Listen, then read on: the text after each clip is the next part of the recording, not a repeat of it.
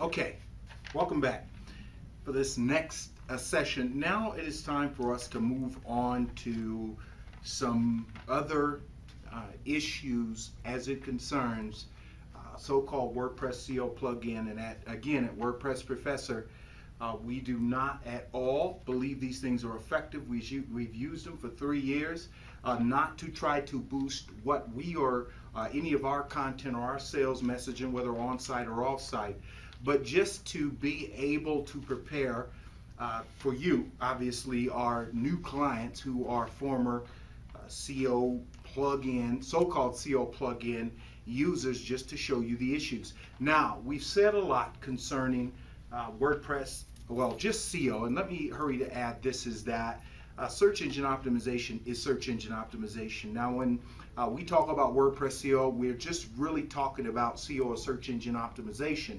understanding that whether you are using Joomla, whether you're using Drupal, whether you're using a basic website builder like Weebly or even the GoDaddy website builder or WordPress, solid SEO is solid SEO. So let us get that out of the way.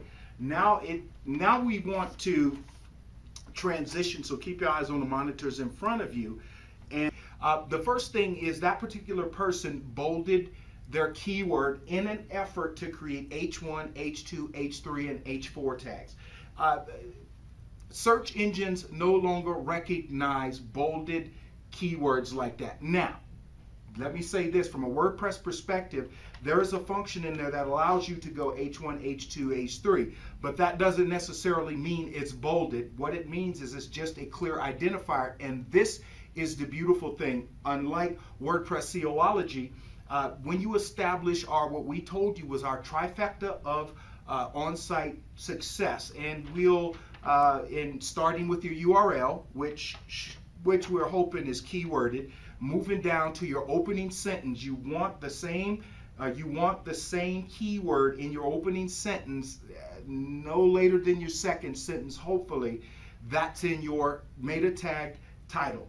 That was the first issue. Bolded keywords, when you're bolding keywords all over page, it really doesn't make a difference. Keep in mind, search bots now are programmed to come up with an overall theme using keywords that are sprinkled throughout and coming up with a value of that page. So bolding keywords is an absolute joke. Let me tell you this before I move forward, is that if you're going to do anything, interlink your content with anchor text, with blue hyperlink anchor text to other articles, because that will identify more solidly, even bolded keywords, what you are trying to communicate to the search engines. And not only that, it will reduce the bounce rate on your site, because if the keywords are spread out right, people are going to go to other content on your website. You're going to keep them on longer, which has a lot of value,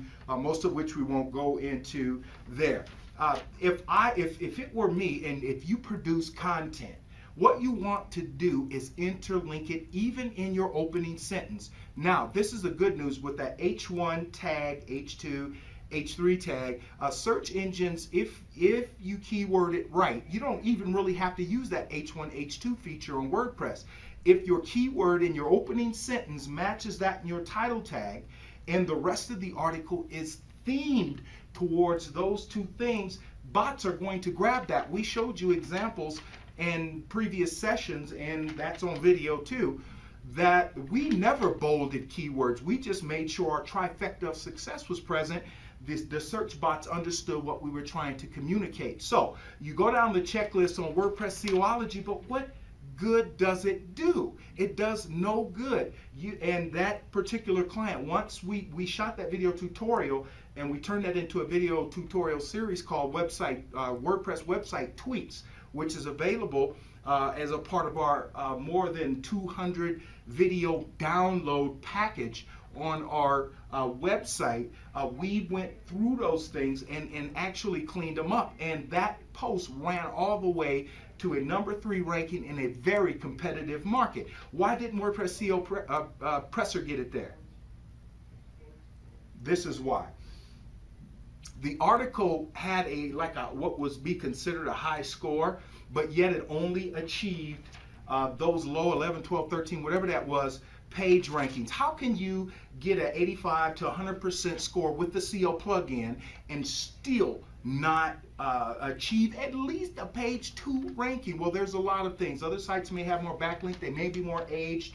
There's a lot of things. We won't get into to go there, but that site that we were working on, as we said in a previous video and a previous session, that particular site that we worked on had 4 backlinks, all of them low PR backlinks, and it still shot to the top. So what's the difference? We won't go, we certainly won't go into that. The post title in that particular post was an absolute disaster. All of the examples we've showed you, and that's just a fraction of literally hundreds, 700, 800 page 1 rankings we get. Now we get below 5 rankings, below spot 1 or spot 5 page 1 rankings on Google, Yahoo, and Bing. We don't even show you that to us, because if we don't achieve at least a number, number 3 ranking, a little higher, it's of no use to us. It really isn't. So that title was an absolute disaster. Remember, search engines index content based on theme, based on your website hierarchy. But with that being said, you have to understand that they serve relevant results. And we'll use the WordPress SEO footer result that we showed. You got to number 1 or something like that. That was off-site, but the concept is still the same, especially when it comes to creating content. Every site that ranked lower than our number 1 had a long title that wasn't concise. What are we saying? If at all possible, keep your title as concise as possible to the keyword. If somebody searches WordPress SEO footer, they're going to look for an article that says WordPress SEO footer. Now, people that use the keywords within their title and within their text, or maybe it's in the meta tag, whatever that is, or alt image, they're going to score decently. But those who do the most concise work, typically, and there's some other factors involved, are going to score higher. That title was a disaster, and that is the problem with most of these SEO plugins. The first problem is they assume you understand the basics. We're going to get into that from a WordPress, title perspective. Nevertheless, you have got to understand that. Be as concise as you can with your title. Another problem that we point out in the video, and then we'll move on to SEO Presser. Another problem that we pointed out in the video was the article had no overriding theme. I mean, marketing, yes, but this client was offering WordPress Central Station, which those videos are outdated. Be careful getting those. They were offering Aweber. They were all over the place. Why didn't WordPress SEOology say you need to be more concise with your topic? Why didn't it say that? Yet that client expected to rank high in search engines. If it's great for SEO, why didn't it point that out? Why didn't it say be more concise with your topic? Why didn't it say establish an overall theme? And those of you who read that article was all over the place. There was no theme. Buy this, buy this, buy that. The next problem that SEO plugins refuse to address, because mostly affiliate marketers use SEO plugins, and that's just how it is. Nobody serious about SEO will use, or serious about getting high search rankings will use those, but people without a basic understanding, I understand why they do that. It's because they don't know any better. So that's not a bad thing. But that particular article had like 4 or 5 hop-links in it. Why didn't WordPress SEOology say, hey, your alt text is good, and their alt text was good. Now, it didn't, I don't believe they were long-tailed enough and these things. They did, but the alt text, well, the anchor text was bolded, useless, but hop links are viewed as spammy by search engines, just like URL shorteners. Google URL shortener, they're viewed as spammy, but yet the SEO plugin didn't say that. One of the reasons that article didn't receive great search rankings is because they had all of those referral hop links in it. Hop links, if you have too many of them in a post and don't balance them out, with a whole bunch of words and better links, I suggest leaving them out altogether, but there's a way to get around that. We'll talk about that in another segment. Hey, good morning, WordPress Professor. It's George Willingham here. Look, I just wanted to say that I had my doubts. I truly did, because the offer that you guys made to me sounded just too incredible to be true.